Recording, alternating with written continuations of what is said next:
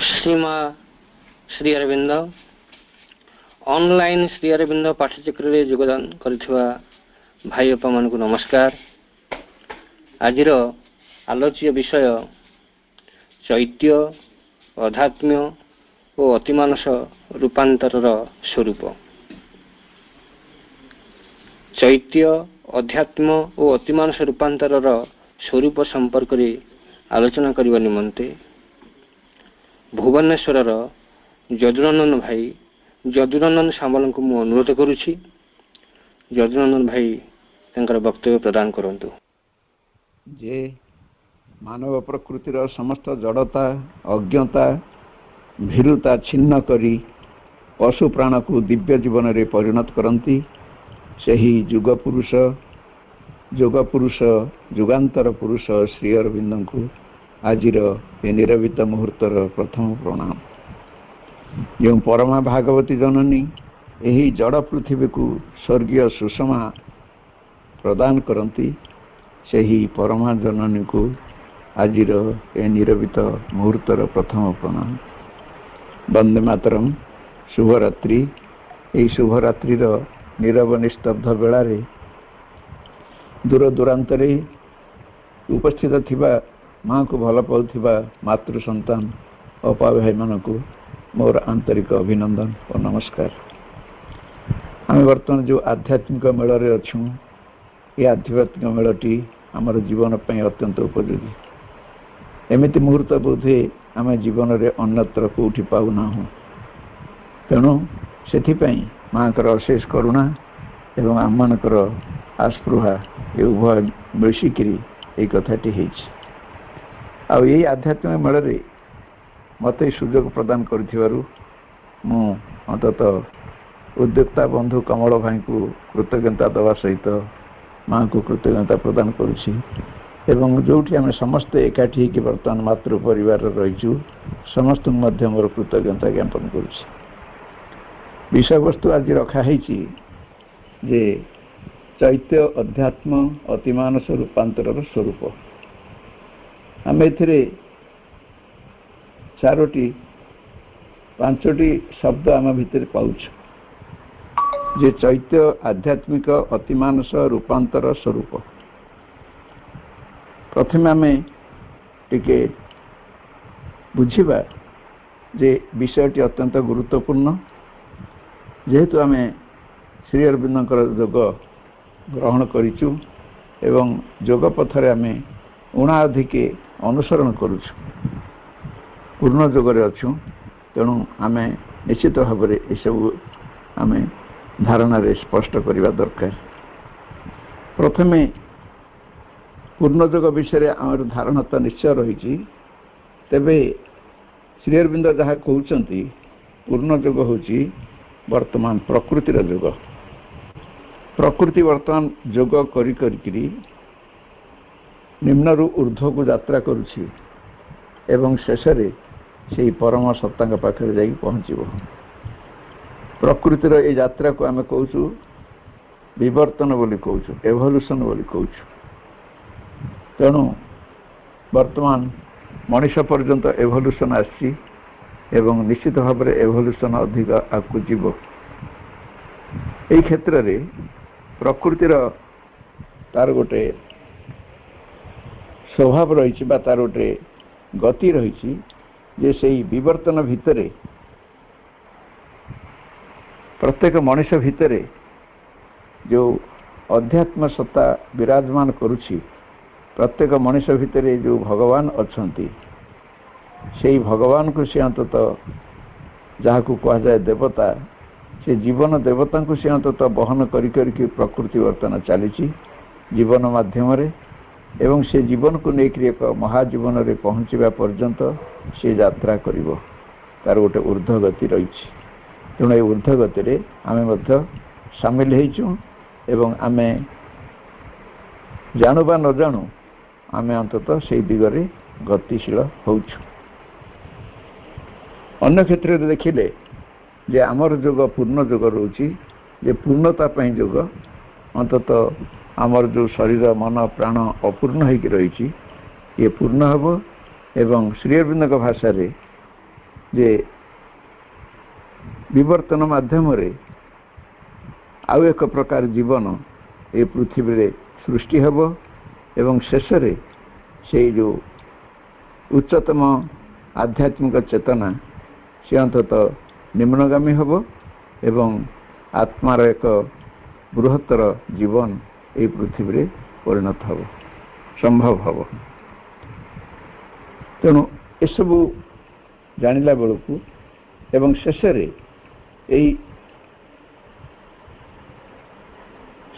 Radical and integral transformation of nature, ଏଟାକୁ ଶ୍ରୀ ଅରବିନ୍ଦ କହୁଛନ୍ତି ଦିବ୍ୟ ଜୀବନରେ, ଯେ ଶେଷକୁ ଆମର ପ୍ରକୃତିର ପରିପୂର୍ଣ୍ଣ ରୂପାନ୍ତର ହେବ। ତେଣୁ ୟାକୁ ସଂକ୍ଷିପ୍ତ ଭାବରେ ଆମେ ପୂର୍ଣ୍ଣ ଯୋଗ କ'ଣ ଏବଂ ଆମର ପ୍ରକୃତିର ଯୋଗ କ'ଣ, ବିବର୍ତ୍ତନ କ'ଣ ଏଗୁଡ଼ା ଜାଣିସାରିଲା ପରେ ଆମେ ବର୍ତ୍ତମାନ ତାପରେ ଯିବା ଯେ ଆମେ ଯେଉଁ ଚୈତ୍ୟ କ'ଣ, ଆଧ୍ୟାତ୍ମିକ କ'ଣ, ଅତିମାନସ କ'ଣ, ରୂପାନ୍ତର କ'ଣ ଆଉ ସ୍ୱରୂପ ଅର୍ଥ କ'ଣ। ଚୈତ୍ୟ ହେଉଛି ଯେ ସୃଷ୍ଟି ଯେତେବେଳେ ହେଲା, ସୃଷ୍ଟିକର୍ତ୍ତା ଯେତେବେଳେ ସମୁଚ୍ଚ ଶିଖରରେ ସେ ଥିଲେ, ଆଉ କେହି ନଥିଲେ ତାଙ୍କ ପାଖରେ, ସେତେବେଳେ ସେ ଚିନ୍ତା କଲେ ଯେ ମୁଁ ଅନେକ ହେବି। ଏ ଅନେକ ହେବା ପାଇଁ ଯେତେବେଳେ ସେ ଇଚ୍ଛାଟିଏ ପ୍ରକାଶ କଲେ, ସଂକଳ୍ପ କଲେ, ସେଇଠୁ ତାଙ୍କ ଭିତରୁ ଏକ ଶକ୍ତି ବାହାରକୁ ଆସିଲେ ଏବଂ ଶକ୍ତିର ନାଁ ହେଲା ପରମା ପ୍ରକୃତି, ପରାପ୍ରକୃତି। ତେଣୁ ସିଏ ବର୍ତ୍ତମାନ ଆଦେଶ ପ୍ରାପ୍ତ ହେଲେ ଯେ ତୁମେ ବର୍ତ୍ତମାନ ମୋତେ ସମଗ୍ର ମୁଁ ଅନେକ ହେବାକୁ ଚାହୁଁଛି, ତୁମେ ସେଥିପାଇଁ ଗୋଟେ ରୂପ ପ୍ରଦାନ କର, ରୂପଟିଏ କର, ତା ଭିତରେ ମୁଁ ରହିକିରି ସେ ସୃଷ୍ଟିକୁ ମୁଁ ଉପଭୋଗ କରିବି। ତେଣୁ ସେଇଠୁ ସୃଷ୍ଟି ଆରମ୍ଭ ହେଲା। ଉଚ୍ଚ ଭୂମିରୁ ସୃଷ୍ଟି ଆରମ୍ଭ ହୋଇ ଆଉ ତ ଉଚ୍ଚକୁ ଯାଇପାରିବନି, ତା ଉଚ୍ଚରେ ଆଉ କେହି ନାହାନ୍ତି, ତେଣୁ ସୃଷ୍ଟି ନିମ୍ନଗାମୀ ହେଲା। ନିମ୍ନଗାମୀ ହେଇ ହେଇ ହେଇ ହେଇ ଶେଷକୁ ଆସିକିରି ପହଞ୍ଚିଲା ଜଡ଼ରେ। ଜଡ଼ ଭିତରେ ଚେତନା ନିଜକୁ ବିସ୍ମୃତ କରିଦେଲା, ଭୁଲିଗଲେ ସେ ଚେତନା। ତାପରେ ବହୁଦିନ ପରେ ସେ ଜଡ଼ ଉପରେ ଉର୍ଦ୍ଧ୍ୱରୁ ଏକ ହସ୍ତକ୍ଷେପ ହେଲା ଏବଂ ସେ ଜଡ଼ ନିଦ୍ରାରୁ ଜାଗ୍ରତ ହେଲା। ଚେତନା ଜାଗ୍ରତ ହେଲେ ସେ ଜଡ଼ ଭିତରୁ ଏବଂ ସେ ବର୍ତ୍ତମାନ ତାଙ୍କର ନିଜସ୍ୱ ଭୂମିକୁ ଯିବା ପାଇଁ ଚାହିଁଲେ। ତେଣୁ ବର୍ତ୍ତମାନ ସେଇ ଯେଉଁ ଫେରନ୍ତା ଯାତ୍ରା ସେଇ ଚେତନାର ଚାଲିଛି ଏବଂ ଆମେ ମଧ୍ୟ ସେଇ ଫେରନ୍ତା ଯାତ୍ରାରେ ଅଛୁ। ତେଣୁ ଏଇ ଯେଉଁ ଜଡ଼ ଭିତରେ ଯେଉଁ ଚେତନା ବର୍ତ୍ତମାନ ଚାଲୁଛି, ତେଣୁ ଆମେ ମଧ୍ୟ ପ୍ରତ୍ୟେକ ବ୍ୟକ୍ତି ମଣିଷ କ୍ଷେତ୍ରରେ ସେ ଜଡ଼ ଅଛି ଆମ ଭିତରେ ଶରୀର ରୂପରେ, ପ୍ରାଣ ଅଛି ଆମ ଭିତରେ ଜୀବନ ରୂପରେ ଏବଂ ମନ ଅଛି ଆମ ଭିତରେ ଗୋଟେ ଚିନ୍ତା ଶକ୍ତି ରୂପରେ। କିନ୍ତୁ ଯେହେତୁ ସେଇ ଚେତନା ଅନ୍ତତଃ ଜଡ଼ ରୂପ ଗ୍ରହଣ କରିଥିଲେ ଏବଂ ସେ ତାଙ୍କର ଯେଉଁ ମନ ପ୍ରାଣ ଶରୀର ସବୁ ଅନ୍ତତଃ ତାରି ଭିତରେ ନିମଜ୍ଜିତ ହେଇକି ଥିଲା, ବର୍ତ୍ତମାନ ସେ ତାକୁ ସାଙ୍ଗରେ ନେଇକରି ମଧ୍ୟ ଉର୍ଦ୍ଧ୍ୱକୁ ଯାଉଛନ୍ତି। ତେଣୁ ଆମର ବର୍ତ୍ତମାନ ଏଠି ସମ୍ଭାବନା ରହୁଛି ଯେ ପ୍ରତ୍ୟେକଙ୍କ ଭିତରେ ସେ ଭଗବତ ସତ୍ତା ବିଦ୍ୟମାନ ଅଛନ୍ତି। ସେ ଭଗବତ ସତ୍ତା ହିଁ ପ୍ରତ୍ୟେକ ବ୍ୟକ୍ତି ଭିତରେ ଯିଏ ଅଛନ୍ତି, ଆମେ ତାଙ୍କୁ ଈଶ୍ୱର ବୋଲି କହିବା ବା ପରମ ସତ୍ୟ ବୋଲି କହିବା। ସେ ଆମ ଭିତରେ ରହୁଛନ୍ତି, ଏଇ ମଣିଷକୁ ବିବର୍ତ୍ତନରେ ସାହାଯ୍ୟ କରିବା ପାଇଁ ସେ ଅଛନ୍ତି ଏବଂ ତାଙ୍କୁ ଯିଏ ଅନ୍ତତଃ ଆମ ଭିତରେ ତାଙ୍କୁ ବହନ କରିକିରି ଚାଲିଛନ୍ତି ବା ତାଙ୍କୁ ଆଶ୍ରୟ ଦେଇଛନ୍ତି ବା ତାରି ଭିତରେ ଯିଏ ରହୁଛନ୍ତି ପରମ ସତ୍ୟ, ସେ ହେଉଛନ୍ତି ଆମର ଚୈତ୍ୟ ସତ୍ତା। ଚୈତ୍ୟ ସତ୍ତା ହେଉଛନ୍ତି ପରମେଶ୍ୱର ବା ସତ୍ୟର ମନ୍ଦିର। ସେ ମନ୍ଦିର ହେଉଛନ୍ତି ଚୈତ୍ୟ ସତ୍ତା, ତାରି ଭିତରେ ଆମର ପରମ ସତ୍ୟ ବାସ କରୁଛନ୍ତି ଏବଂ ଚୈତ୍ୟ ସତ୍ତା ଜାଣନ୍ତି ଯେ ଆମର ଅନ୍ତରର ସତ୍ୟ କ'ଣ, ଚିହ୍ନନ୍ତି ଏବଂ ସେ ମଧ୍ୟ ଏଇ ବ୍ୟକ୍ତିର ମନକୁ ତାଙ୍କରି ପାଖରେ ନେଇକରି ପହଞ୍ଚାଇ ଦେବାର ଶକ୍ତି ତାଙ୍କର ଅଛି। ତେଣୁ ସେଥିପାଇଁ ଚୈତ୍ୟ କହିଲେ ଆମେ ଏତିକି ବୁଝିବା ଯେ ମଣିଷ ଭିତରେ ଭଗବତ ସତ୍ତା ଯିଏ ଅଛନ୍ତି, ସେ ଭଗବାନଙ୍କର ପ୍ରତିନିଧି ଯିଏ ଅଛନ୍ତି, ସେ ହେଉଛନ୍ତି ଆମର ଚୈତ୍ୟ ସତ୍ତା। ଏହା ମଧ୍ୟ ଚୈତ୍ୟ ସତ୍ତା ପ୍ରକୃତିରେ ସବୁଠି ଅଛନ୍ତି, କିନ୍ତୁ ଯେତେବେଳେ ପ୍ରଥମେ ସେ ଥିଲେ ଗୋଟେ ସତ୍ତା ହିସାବରେ ସମସ୍ତଙ୍କ ଭିତରେ ଥିଲେ, ବୃକ୍ଷଲତା ଇତ୍ୟାଦି। ତାପରେ ସେ ଉଚ୍ଚତର ପ୍ରାଣୀମାନଙ୍କ ଭିତରକୁ ଯେତେବେଳେ ଆସିଲେ ବିବର୍ତ୍ତନ ଭିତରେ, ସେଠି ତ ଗୋଟେ ସ୍ଫୁଲିଙ୍ଗ ଆକାରରେ ରହିଲେ, ନିଆଁ ଖୁଣ୍ଟା ଭଳି ତା ଭିତରେ ଗୋଟେ ରୂପ ତାଙ୍କର ରହିଲା, ପ୍ରାଣୀମାନଙ୍କୁ ଚଢ଼େଇଲେ ସେଇଥିରେ ଏବଂ ମଣିଷ ଭିତରେ ସେ ପ୍ରଥମେ ଗୋଟେ ସତ୍ତା ହେବା ପାଇଁ ଚାହୁଁଛନ୍ତି। ଯେମିତି ମନ ଆମର ଗୋଟେ ସତ୍ତା, mental being, physical being, vital being ଆମେ କହୁଛେ, ସେ ହେଉଛନ୍ତି ସେଇ ମନର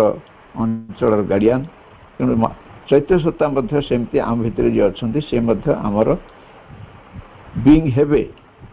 ସେଥିପାଇଁ ସେ ମଧ୍ୟ କ୍ରମଶଃ ବୃଦ୍ଧି ଲାଭ କରୁଛନ୍ତି ଏବଂ ଆମ ଭିତରେ ସେ ବଢ଼ିବେ। ଇଏ ହେଉଛି ବ୍ୟକ୍ତିଗତ ଭଗବାନ ଯିଏ ଆମ ଭିତରେ ଅଛନ୍ତି, ସେ ହେଉଛନ୍ତି ଚୈତ୍ୟ ସତ୍ତା। ଆଧ୍ୟାତ୍ମ କ'ଣ ନା, ଅଧ୍ୟାତ୍ମ ହେଉଛି ବିଶ୍ୱ ଭିତରେ ଯେଉଁ ଭଗବାନ ଅଛନ୍ତି ସେ ହେଉଛନ୍ତି ଅଧ୍ୟାତ୍ମ। ବିଶ୍ୱ ଭିତରେ ଯେଉଁ ଆତ୍ମା ରହିଛି, ବିଶ୍ୱାତ୍ମା, ଯିଏକି ବିଶ୍ୱର ପୃଷ୍ଠଭାଗରେ ରହିକରି ସମଗ୍ର ବିଶ୍ୱକୁ ପରିଚାଳନା କରୁଛନ୍ତି, ସେ ହେଉଛନ୍ତି ଅଧ୍ୟାତ୍ମ। ତାପରେ ଅତିମାନସ, ସେ ହେଉଛନ୍ତି ବିଶ୍ୱାତୀତ, ବିଶ୍ୱର ଅତୀତ, ଯିଏକି ସେହି ପରମ ସତ୍ୟଙ୍କର ପାଖରେ ରହିଛନ୍ତି। ସେ ହେଉଛନ୍ତି ପରମ ସତ୍ୟଙ୍କର ନିଜସ୍ୱ ସ୍ୱଭାବ ବା ପ୍ରକୃତି, ଯାହାକୁ ଆମେ ଅତିମାନସ ବୋଲି କହିବା। ଏହି ହିସାବରେ ଆମେ ବର୍ତ୍ତମାନ ଏଇ ଚାରୋଟି ସତ୍ତାଙ୍କୁ ଆମେ ଟିକେ ସଂକ୍ଷିପ୍ତ ଭାବରେ ଆମେ ଧାରଣାକୁ ଆଣିଲେ ଯେ ବ୍ୟକ୍ତିଗତ, ବିଶ୍ୱଗତ,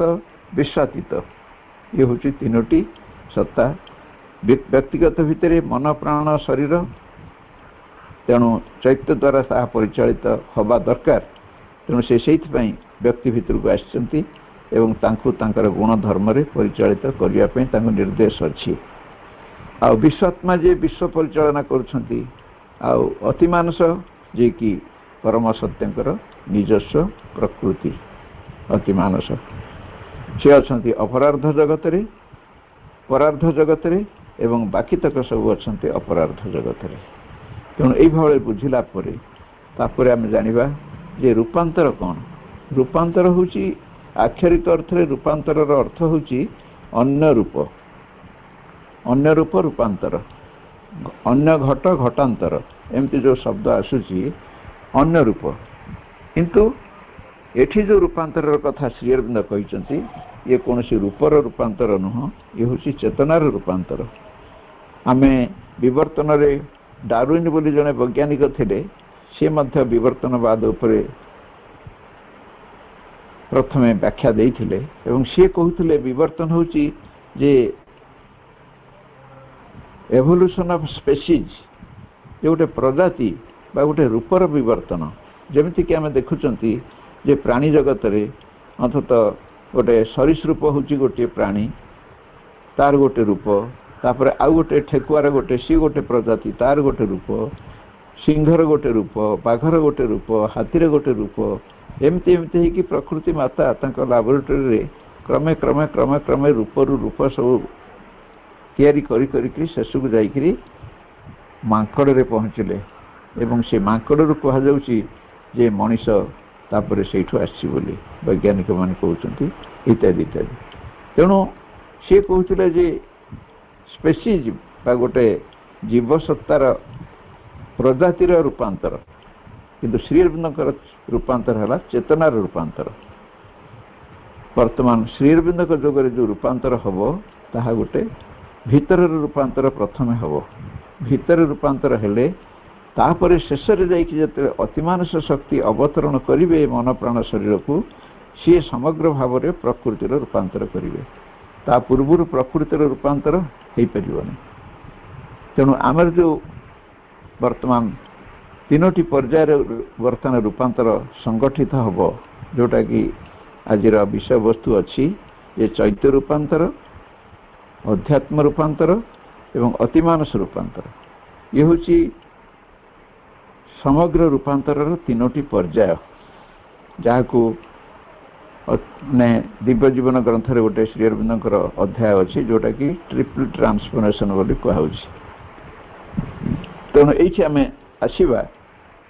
ଯେ ସର୍ବୋଚ୍ଚ ଶିଖରରେ ବର୍ତ୍ତମାନ ରହିଲେ ଅତିମାନସ। ସିଏ ହେଉଛନ୍ତି ରୂପାନ୍ତରକାଣୀ ମହାଶକ୍ତି, ସିଏ ହେଉଛନ୍ତି ପରମ ପ୍ରଭୁଙ୍କର ପରମ ସତ୍ୟ ବା ସଚ୍ଚିଦାନନ୍ଦଙ୍କର, ସିଏ ହେଉଛନ୍ତି ଶକ୍ତି ଏବଂ ଚେତନା ଦୁଇଟା ଏକ ମିଶିକିରି। ଚେତନାର ଯିଏ, ସେ ଅନ୍ତତଃ ଯିଏ ନିଜକୁ ଜାଣେ ଏବଂ ସମସ୍ତଙ୍କୁ ଯିଏ ଜାଣେ, ସେ ହେଉଛି ଚେତନା। ଏବଂ ଶକ୍ତି ହେଉଛି ଯିଏକି ସୃଷ୍ଟି କରେ। ତେଣୁ ଉଭୟଟା ମାନେ ଅତିମାନସ ପାଖରେ ରହିଛି। ସେ ସୃଷ୍ଟି କରିପାରିବ, से सृष्टि को बदल दे पारिबो से अंततः पुणी ता भितरे सृष्टिटा प्रकृति रे कुआडे जीवो कौन जीवो कोठी जीवो एवं सेथिरे भगवान का स्थान कोठी रहइबो सबुडा से विचार करिक से कहि परिबो किंतु से ऊर्ध्व स्तर रे तापरे रहला से विश्वातीत अवस्था रे तापरे रहला विश्व तापरे विश्वगत जे अध्यात्म सत्ता जे विश्व रे परिचालना विश्व को परिचालना करूछंती तेणु सेठी से जो चेतना अध्यात्म चेतना से वर्तमान विश्वमय होइकरी अछि तेणु सेठी गोटे रूपांतर दरकार कहीं सेठी रूपांतर अतिमानस शक्ति जेतेबेले ऊर्ध्वरु तळुक आसीबे जेमिति कि सूर्यंकर किरण जेतेबेले पृथ्वी पृष्ठ को आसुची सेतेबेले विभिन्न स्तर देकिरी सब आसुची तांगा किरण तेणु जो स्तर जेते अंततः तांको बाट छाडुची जेते प्रस्तुत होइकि रहिची जो स्तर सेही स्तर रे से आलोक अंततः माने ठिकणा भाव रे सेठी प्रतिभात होइकि तळुक आसुची एवं जोठी अंततः टिके आधार ठिकणा हेनी से स्तर सेठी टिके अंततः दोष रहुची कि दुर्बलता रहुची कि कौन रहुची जहाँ कह जाए मलिनता रहुची सेठी से किरण अंततः तार निजस्व स्वरूप से प्रकाशित हो पारे बाधाग्रस्त हम तेणु एठी सेमिति अतिमानस भूमि जो अतिमानस शक्ति आसवे सी होचंती एक सहस्र सूर्यर किरण धरिकी अंततः तलू खसवे सी आसिक मन प्राण शरीर में प्रवेश करिक मन प्राण शरीर को रूपांतर करेंगे एवं स्थूल प्रकृति को रूपांतर करेंगे तेणु से जो सहस्र सूर्यर किरण धरिकी अतिमानस शक्ति निम्न को ओह्लैबे ताको धरी रखियो किए से तापे तो पुणी दरकार जमीक आम चिंता करवा जे श्री अरविंदर जो अधिमांश सिद्धि है जे नवेम्बर 26 तारिख रे 24 तारिख रे 1926 मसीह से कौन है श्रीकृष्ण आनंदमय चेतना तांको भितर को आसिक पहुँचला श्रीकृष्ण आनंदमय चेतना हूँ अधिमानसर चेतना जोठू कि विश्व आरंभ होती सृष्टि आरंभ होती जोठू से श्रीकृष्ण आनंदमय चेतना अर्थ श्री अरविंद वर्तमान आनंदमय पूरा हो गले एवं अतिमानस से क्षेत्र प्रस्तुत हो गला श्रीकृष्ण चेतना जो भितर प्रवेश कला से गोटे क्षेत्र प्रस्तुत करदेला जमी एरोप्लेन एरोड्रम गोटे दरकार एरोड्रम ना एरोप्लेन ओह्लई पारनी से गोटे श्री अरविंद शरीर एरोड्रम होकर रहा से आनंदमय शरीर तांकर होगला पूरापूरी तापरे अतिमानस ताधरे से ओह्लैला तापरे से आधार भी तथापि अतिमानसर एते तीव्रता ताकू से शरीर मध्य सह्य कर पारानी श्री अरविंद शरीर प्रस्तुत होकर रही आगुरु श्रीकृष्ण चेतना द्वारा अधिष्ठित रही तथापि से शरीर संभाली पारानी से चेतनार तीव्रता को तापरे से शरीर त्याग कले किंतु माँ का शरीर ताठू अधिक भाव प्रस्तुत होकर जहाँफल माँ का शरीर जाकर से अवस्थान कला एवं से क्रियाशील है से भाव आम देखा माँ का श्री अरविंद लक्ष्य जो रोचे समग्र मानव जातिर रूपांतर केवल जड़े व्यक्तिर रूपांतर नुह तापर जो अतिमानस ऊर्ध्वर अंततः निम्न भूमि को अवतरण करेंगे ताहले से जो शक्ति सामर्थ्य ज्योति आनंद धरिकी से आसुंच तीव्र भाव में आलोक ताकू अंततः सही पारा भाया गोटे क्षेत्र दरकार तेणु से प्रथम अवतरण कौटी अवतरण गोटे विश्वातीत सत्ता बर्तमान विश्व में अवतरण करेंगे तेणु विश्व जदि अंततः से भाव में प्रस्तुत न होती से अवतरण करें ना से विश्वर एक रूपांतर दरकार से अध्यात्म रूपांतर आवश्यकता पड़ुछि अच्छा विश्व जो से अवतरण कले विश्व अंततः प्रस्तुत हो गला विश्व अंततः ता भितर अवतरण कले तापर व्यक्ति भितर को अवतरण करेंगे तेणु व्यक्ति सत्ता से अनुसार प्रस्तुत होता दरकार मन प्राण शरीर से अनुसार यदि प्रस्तुत न होइथिबे ताहले ताकू धारण करिपारिबो किए से तेणु से जो चैत्य सत्ता रही आम भितर भगवान प्रतिनिधि तांकर एक रूपांतर दरकार सी एक क्षेत्रटी अंततः से प्रस्तुत करदेवा दरकार तेणु यही भाव में व्यक्ति सत्ता जो पूरापूरी आधार प्रस्तुत हो चैत्य सत्ता ये बड़े प्रचेषा बल ताहले अतिमानस से विश्व भितर देखि व्यक्ति भितर आसिक प्रकटित हेब एवं व्यक्ति को सेतेबेले अतिमानस सत्य ज्योति आनंद सामर्थ्य रूपांतरित करदेव तापर जाइकरी प्रकृतिर रूपांतर संभव हम तेणु ये जो कथा जदि यही पद्धति रूपांतर क्रिया संपन्न हम शेष आम बर्तमान तलू उपरक उठा जे चैत्य रूपांतर केमती हम आम जो जानिले चैत्य सत्ता हूँ या तेणु चैत्य सत्तार रूपांतर हवा हेले बर्तमान चैत्य सत्तार उन्मूलन प्रथमे दरकार चैत्य सत्तार उन्मूलन हेले ताहले जाइकरी चैत्य सत्ता जो गभीर भितर अच्छी आमर सी बर्तमान आमर पृष्ठभाग को बाहर को आसवा कथा सी आमर शरीर मन प्राणर पूरापूरी भार नहीं जार कथा तेणु प्रथम कथा ये जोगर हूँ जे चैत्य उपलब्धि सावित्री आम देखा अष्टपति जो योग साधना करुँच योग ऑफ द किंग बोली जोटा अच्छी अष्टपति जाउछंती प्रथमे तांकर सोल रिलीज होउची तांकर सोल आत्मा वर्तमान मुक्त हो जाउची जो आत्मा बंधन रे अच्छी प्रकृति मध्य रे से वर्तमान तांग मुक्त करिया पड़छ आग तापर जे मुक्त हो जाउची सेतले श्री अरविंद लिखुचंती this is the first spiritual change प्रथमे अंतत प्रस्तुत हो गला चैत्य सत्ता नहीं कि तेणु एठी सेमती चैत्य सत्ता को प्रस्तुत करने को हेले सी अंततः बंधन रु मुक्त हवा दरकार एवं प्रकृति भितर से जो रही कौटी गभीरतार ताकू बाहर को आनिबा दरकार तेणु माँ का भाषा श्री अरविंद भाषा बर्तमान चैत्य आविष्कार प्रथमे आमर हवा दरकार तेणु ये चैत्य जागृत चैत्यर जागृति आम बर्तमान कौन करिपरिबा चैत्य जागृति आम कौन करवा किमिति से आसबे आमर उपरको चैत्य जे अच्छे भितर सी अंततः उपरको आसिले ताहले मन प्राण शरीर जो सब कलुष कर्दम इत्यादि अच्छी सेगुड़ा सब दूर हो तेणु चैत्य को उपरको आने हेले माँ केतोटी पॉइंट दौरान आम ताकू टिके बुझिबा माँ कहते प्रथमे to become conscious of its presence within you जे तुम भितर चैत्य सत्ता अच्छी बोली तुम्हें प्रथमे आग अवगत हुओ यहाँ हूँ प्रथम कथा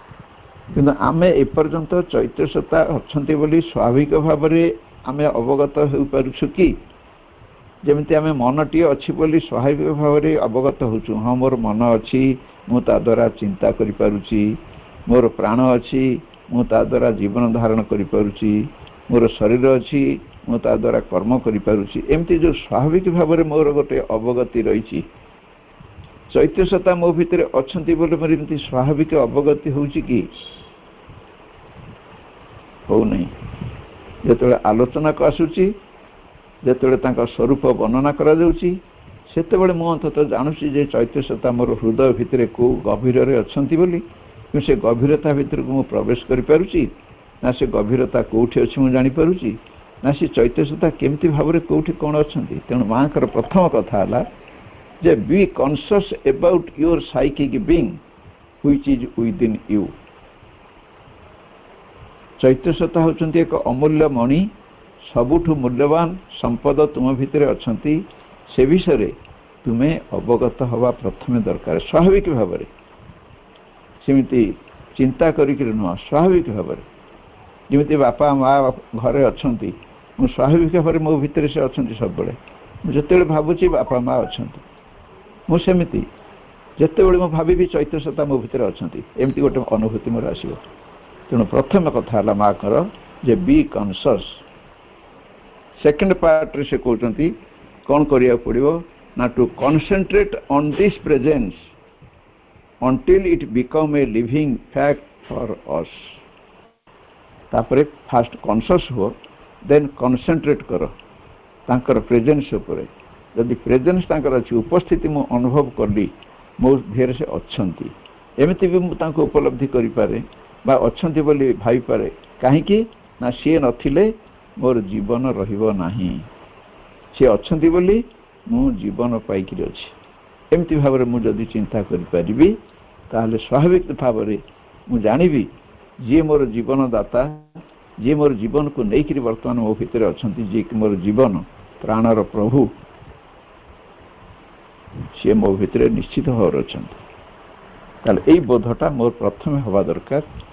द्वितीय से प्रेजेन्स पर मुझे कनसेंट करी एपर्त मुझे जानी से कौटी अच्छा माँ कहते गभीर गभीर को जाओ से रत्नतक पाइब कि गभीरटा कौन मुझे जापर तेणु मु बर्तमान तापर कनसेंट्रेट करी से पर्यंत एकाग्र होती भितर जे पर्यंत मो भितर से गोटे लिविंग फैक्ट हो जाए गोटे जीवंत भाव में मो भितर से उपस्थित हो मुझे पर्यंत चैत्य सत्ता मो भितर उभा हे आसिक स्थिर हे मुझे चैत्य सत्ता को जान पार्टी माँ को तो जाने मो भितर माँ अच्छा माँ को ऊपर मो एकाग्र हुए माँ ही हूँ मोर चैत्य सत्ता आउ कई नुहति एमती भाव में मु अंत चैत्य सत्ता को जमती हम थर्ड पार्ट रे से कहते माँ जे तुम्हें and we can identify our service with it जिते प्रेजेन्स मोर अनुभव है ताले सहित मु एकात्म हो जाई पारिबी सहित मत मन जो सहित एकात्म हो एक तापर मन निश्चित भाव में चैत्य प्रभाव भितर रहिबो तेणु चैत्य सत्तार आविष्कार पे आमको एति करिया पड़ियो तापर चैत्य सत्ता यदि आसीबे ताहले मोर कौन मु जानिबे केमिति चैत्य सत्ता आसीले बोली चैत्य सत्ता आसीबो जानिबे एथिपई जे चैत्य सत्ता आसिले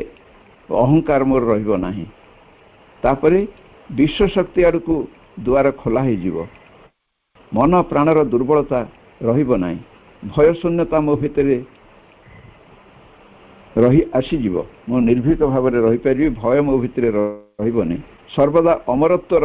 धारणा मो भितर सृष्टि हेब मुझे आगुरी मृत्यु भय बोली सब संतुली होची मृत्यु भय मो भितर रहिबो नाही सब मु अमर मु केबे मरिबि नाही एमती गोटे धारणा हेब आ जीवनर जंत्रणा भितर जंत्रणा रही किंतु जंत्रणार सिद्धांत बा जंत्रणार संज्ञा अलग हो तापरे मो भितर साहस धैर्य कर्मक्षमता वृद्धि भक्ति भाव प्रेम भाव ज्ञान वृद्धि प्रकृति उपर नियंत्रण और ताकू यथार्थ भाव में परिचालना करने दक्षता ये सब मो भितर सृष्टि हम सौंदर्यबोध मो भितर सृष्टि हम एवं गोटे रहस्यमय ज्ञान उपर मु अनुसंधान करने मोर गोटे आग्रह हम युड़ाक मो भितर जो प्रकाश पाइब मु जानिबी जे चैत्य सत्ता मो भितर क्रमशः ऊपर को उठुचंत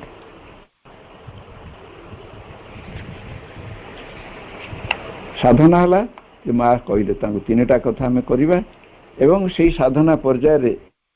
आम आनिबा जे मन द्वारा आम आध्यात्मिकता को बुझीबा नहीं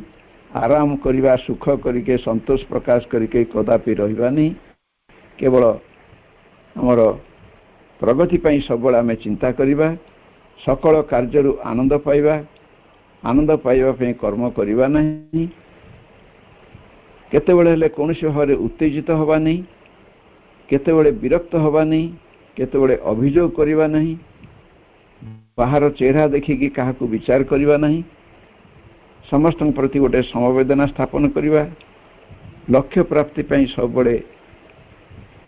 चिंता करवा शयन भोजन कर्म सबु बेले तांको ही केवल सबकिछि अर्पण करवा एवं तांको उपरे एकाग्र हवा तांको केबे न भूलिबा बहु साधना परे माँ कहउचंती एमिति एक दिन आसीबो गोटे तुम द्वार खोलीजिव एवं बन्या भलिया तुम भितर आलोक राशि पूरापूरी प्लावित हो तुम समग्र सत्ता से पर्यंत हमको अपेक्षा करने को पड़ो तेणु से यहाँ हूँ चैत्य रूपांतर प्रकृतिर रूपांतर हेनी गुणगत रूपांतर सब हो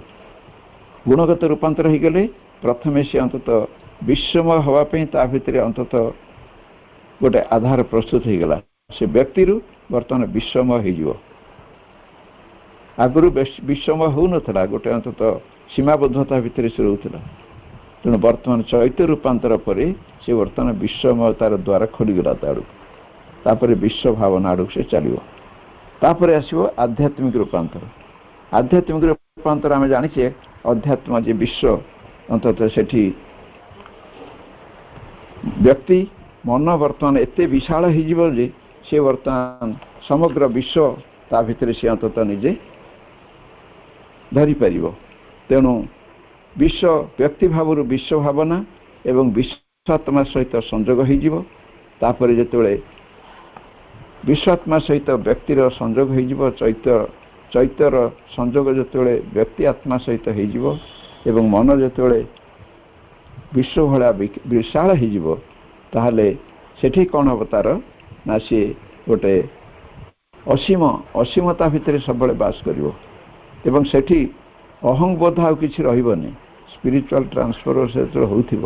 ସେତେବେଳେ ଅହଂବୋଧତା ରହିବନି, କିନ୍ତୁ ବ୍ୟକ୍ତି ଭିତରେ ଚୈତ୍ୟ ରୂପାନ୍ତରରେ ଅହଂକାର ଯିବ କିନ୍ତୁ ଅହଂବୋଧଟା ଥିବ। କିନ୍ତୁ ଯେତେବେଳେ ଅଧ୍ୟାତ୍ମ ରୂପାନ୍ତର ହେବ, ବିଶ୍ୱମୟ ହେଇଯିବ ସେ, ସେତେବେଳେ ଅହଂବୋଧ ତା ଭିତରୁ ପୁରାପୁରି ଚାଲିଯିବ। ତାପରେ ସେ ଗୋଟେ ତା ଭିତରେ ଗୋଟେ ଆସ୍ତେ ଆସ୍ତେ ତାର ଗୋଟେ ସେ ବିଶାଳ ହେଇଯିବ ଏବଂ ସେ ପ୍ରସ୍ତୁତ ହେଇଯିବ ନିଜକୁ ପ୍ରସ୍ତୁତ କରିବା ପାଇଁ ଯେ ବିଶ୍ୱାତୀତ ଅବସ୍ଥାକୁ ସେ ପୁଣି ଉଠିଯିବା ପାଇଁ। ତାମାନେ ଅଧ୍ୟାତ୍ମ ରୂପାନ୍ତର ଦ୍ୱାରା ଏଇ ବ୍ୟକ୍ତି ସେ ଅନ୍ତତଃ ବିଶ୍ୱ ହେଇଯାଉଛି ପୁରାପୁରି ଏବଂ ସେ ନିଜ ଭିତରେ ସେ ବିଶ୍ୱକୁ ଧାରଣ କରୁଛି। ବ୍ୟକ୍ତି ଅନ୍ତତଃ ଯେତେବେଳେ ଚୈତ୍ୟ ସତ୍ତାକୁ ପାଇଗଲା, ଚୈତ୍ୟ ସତ୍ତା ବିଶ୍ୱାତ୍ମା ସହିତ ଯୋଡ଼ି ହୋଇଗଲା, ତାହେଲେ ବ୍ୟକ୍ତି ସତ୍ତା ବର୍ତ୍ତମାନ ଏତେ ବିଶାଳ ହେଇଯାଇଛି ଯାହା ଭିତରେ ସମଗ୍ର ବିଶ୍ୱ ସେ ହେଇଯାଇଛି, ଅର୍ଥାତ୍ ବିଶ୍ୱ ମଧ୍ୟ ତା ଭିତରେ ପ୍ରବେଶ କରିଯାଉଛି। ତାହେଲେ ବର୍ତ୍ତମାନ ବିଶ୍ୱ ବ୍ୟକ୍ତି এই ଦୁଇଟି ଯାକ ବର୍ତ୍ତମାନ ପ୍ରସ୍ତୁତ ହେଇଗଲେ, ବର୍ତ୍ତମାନ ତୃତୀୟ ଯିଏ ଅଛନ୍ତି ଅତି ମାନସ ତାଙ୍କୁ ଧାରଣ କରିବା ପାଇଁ। ତେଣୁ ଏହି କ୍ଷେତ୍ରରେ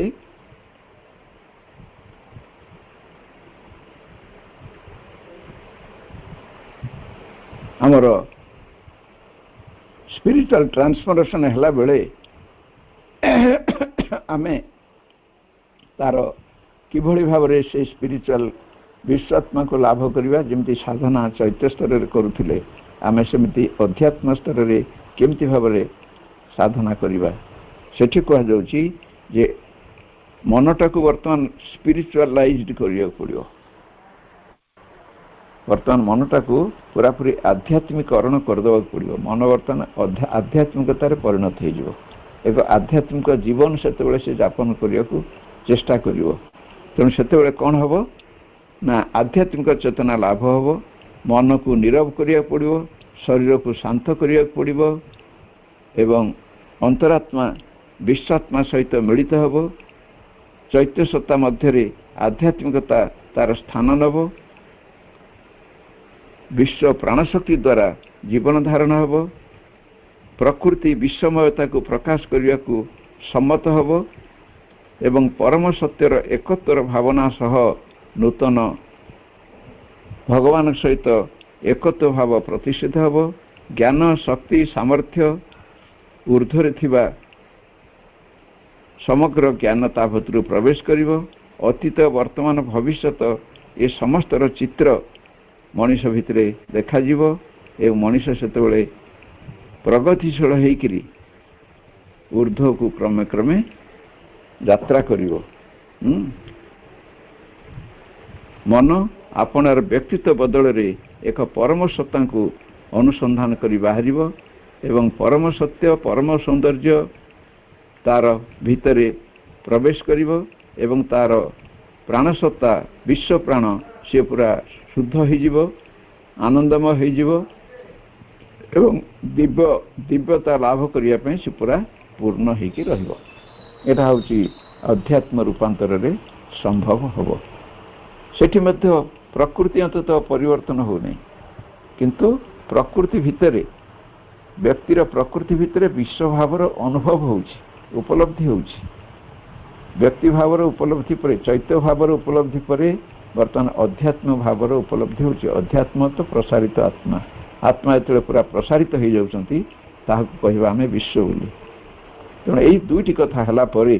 तापरे तृतीय कथा संभव हबो जेतेबेले कि अतिमानस भूमि जो अतिमानस अछंती जेतेबेले से देखिबे माँ कहउछंती जेतेबेले तुमर मन प्राण शरीर प्रस्तुत हो जिवो सेतेबेले स्वतः तुम भितर अंतत ऊर्ध्वरु शक्ति सामर्थ्य ज्योति आनंद तुम भितर को प्रवेश करिवो एवं ऊपर से वर्षा भली तुम भितर ढाली हो।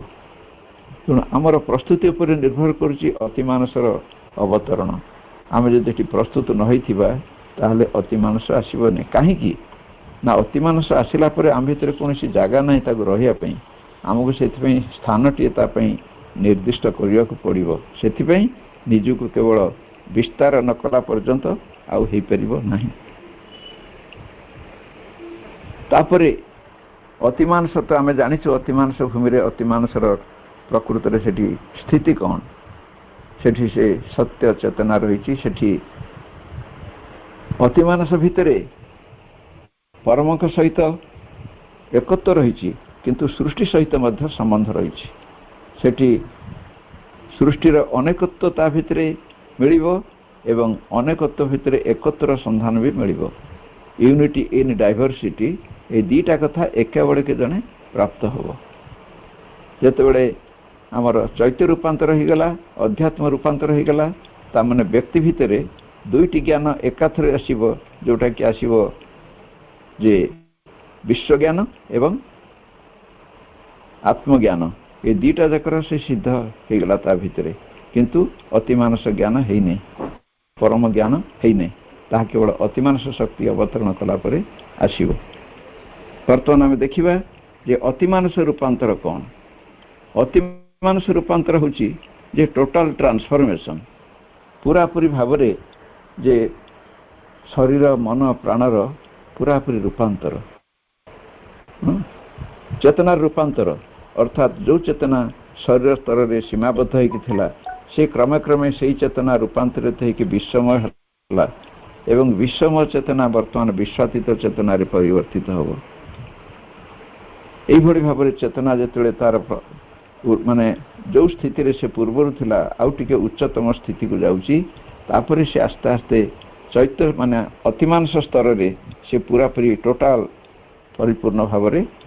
परिवर्तन ता भितर संभव हबो। तापरे सेठी कौन हबो लाभ कौन हबो ना स्थूल प्रकृतिर संपूर्ण परिवर्तन मन प्राण शरीर सूक्ष्मता लाभ एवं चेतनार प्रति स्तर रे तार प्रभाव रहिबो। तापरे शेष रूपांतर होची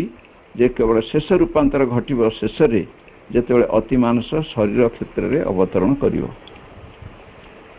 तापरे प्रकृतिर रूपांतर हबो सत्तार रूपांतर हबो गोटे नूतन भाव रे एई जगत को नूतन प्रजाति आसीबे जहाँ को कह जाउची अति मानव सुपरमैन। एठी हम गोटे मन रखिया बड़ कथा जे सुपरमैन एंड सुप्रामेंटल बीइंग ए दीटा अलगा कथा। प्रथमे मनीष परवर्ती अवस्था रे सुपरमैन हबो सुपरमैन परे सुप्रामेंटल बीइंग आसीबो सुप्रामेंटल बीइंग आसीबो नेबे। तेणु सुपरमैन होची मनीष एवं जो सुप्रामेंटल बीइंग जोटा कि अतिमानस सत्ता तार मझिरे मध्यवर्ती अवस्था रे एक परिवर्तनशील मानव सत्ता सुपरमैन। तेणु वर्तमान जमी प्राणी स्तर मन आसी एवं मन स्तर वर्तमान सुपरमैन हुड को से जीव सुपरमैन पर सुप्रामेंटल बीइंग ता भितर प्रवेश करिवो। सेतेबेले जो मन प्राण शरीर भितर भगवत प्राप्ति एवं दिव्य जीवन लाभ सेतिक बेले संभव हो सुप्रामेंटल बीइंग आसिले जाइकरी। किंतु सुपरमैन स्टेज रे मनीषर जते थिबो सीमाबद्धता सब नष्ट होइकरी से गोटे असीम ता भितर मध्य से मनीष सेतेबेले रहउथिबो। तेणु सुपरमैन सेतेबेले आसीबो एवं तापरे सेतेबेले से भगवान के द्वारा से अंतत माने परिचालित हबो। तापरे तार बाहर जो प्रकृति रही से पूरा मन को मन से पूरा शांत हो जाउथबो नीरव हो जाउथिबो एवं ता भितरे ज्ञान बुद्धि बल ता भितरे सब प्रवेश कर जाउथिबो तापरे से गोटे अनुभव करुथिबो से वर्तमान आउ गोटे सीमाबद्धता अवस्था नहीं से वर्तमान असीम हो जाइछि पूरापूरी तापरे भगवान का सहित तार संपन्न ज्योति माने तांका सहित एकत्व भाव संभव हबो एवं जेतेबेले से अवतरण करिवो सेतेबेले से पूर्ण भाव रे तार ट्रुथ कॉन्शियसनेस सत्य चेतना सहित अवतरण करिवो एवं से आम भितरे पशिला परे श्री अरविंद कहउचंती so must be created supramental and spiritual being as the first unveiled manifestation of the truth of the self and spirit in the material universe. ये जो स्थूल जगत रे स्थूल प्रकृति उपरे जेतेबेले सुप्रामेंटाल अवतरण करिवो तार फोर्स सेतेबेले से ताको पूरापूरी तार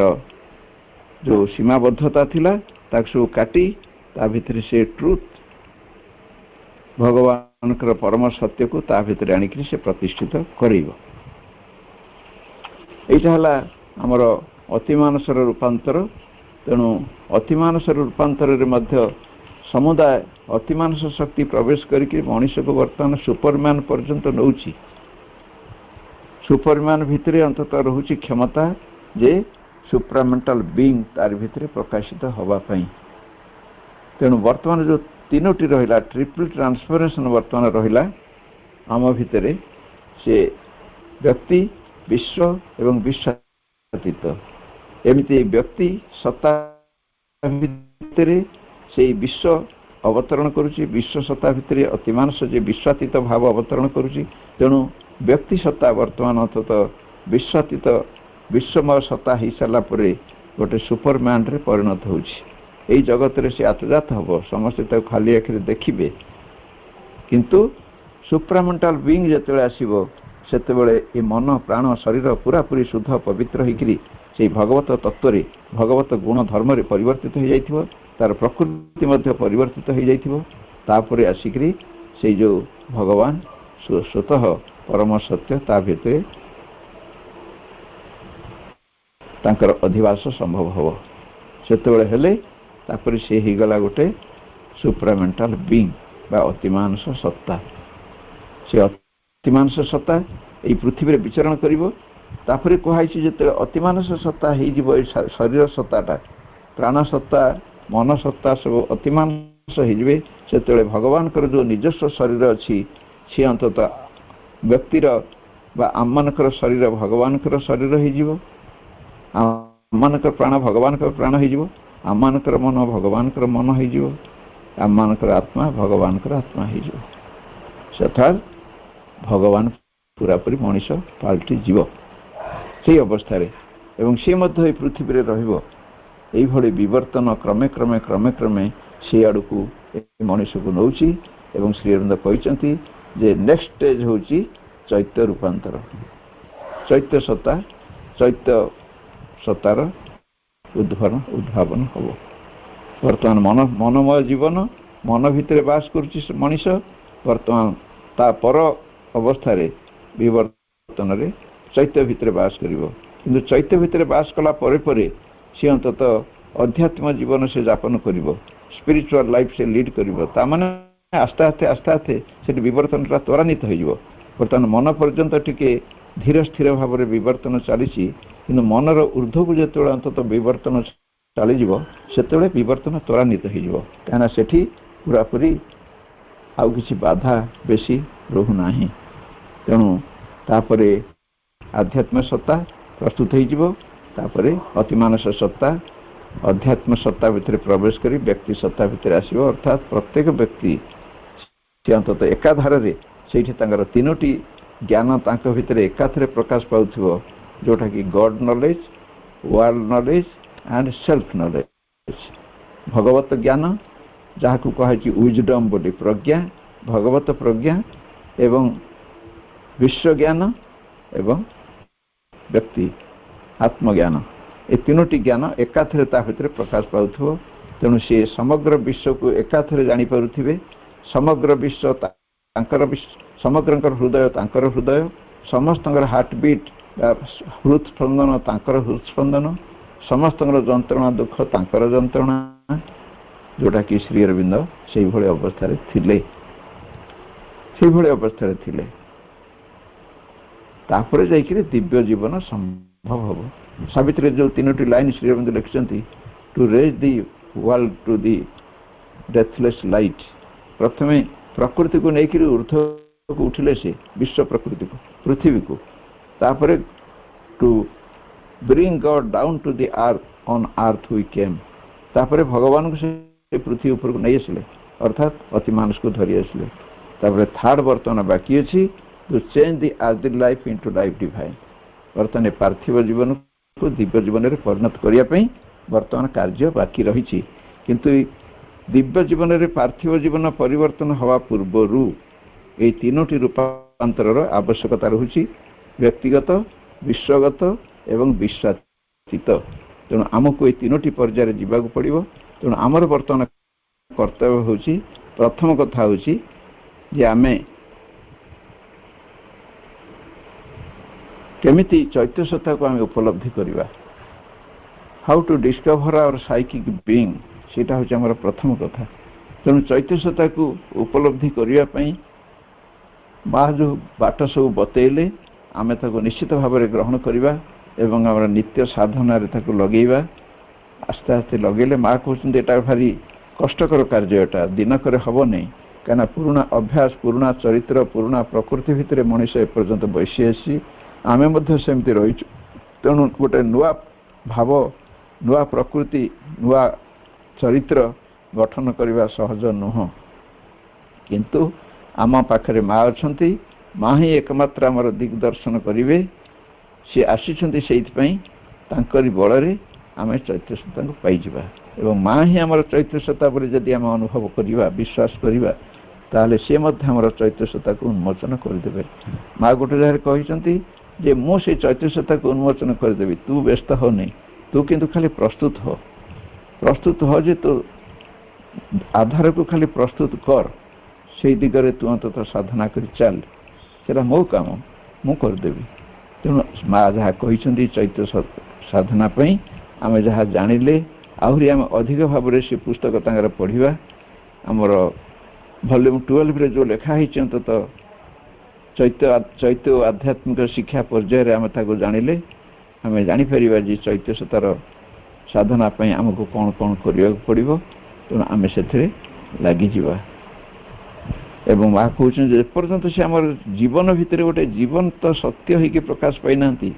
जिते मो जीवंत भाव में मो पाखे से प्रतिष्ठित हो पारिना से पर्यंत मत चलने पड़ो स्वाभाविक भाव में मुझे जानी जे मु चैत्य मध्य अच्छी चैत्य सत्ता मो भितर अच्छा मुझे अनुभव कर देखिपुरी सहित कथबार्ता कर तेणु माँ सहित जब मुझे संपर्क जोड़ी दे पारि ताल मोर चैत्य सत्ता उन्मोचित हो माँ तीनटा रूपांतर को संभव करदे क्या माँ पाखे चाबिकाठी एतिक आम आज रखा समय समाप्त होती तेणु आम आगे जीवानी केवल माँ को प्रार्थना टे करवा आम निजेपाई करवा सारा पृथ्वी करवा भारतर सुरक्षा पृथ्वीर सुरक्षा समृद्धि आम प्रार्थना जनइबा समस्ते जंत्रणा मुक्त हूँ समस्या मुक्त हूँ भय भ्रांति आशंकार मुक्त हूँ एवं चैत्य उपलब्धि समस्त हो यही एक नित्य प्रार्थना आम मानकर रहिबो तापर निश्चित भाव में आम चैत्य को आविष्कार करिपरिबा समस्त को अशेष कृतज्ञता माँ को कृतज्ञता एवं आमर उद्योक्ता बंधु को कृतज्ञता जन मुझे मोर वाणी को विराम दूची वंदे मातरम। वर्तमान गोटे मिनिट माँ का नाम जप करने सहित आज पाठ्यचक्र को समाप्त करवा माँ माँ माँ माँ माँ माँ माँ माँ माँ माँ माँ माँ माँ माँ माँ माँ माँ माँ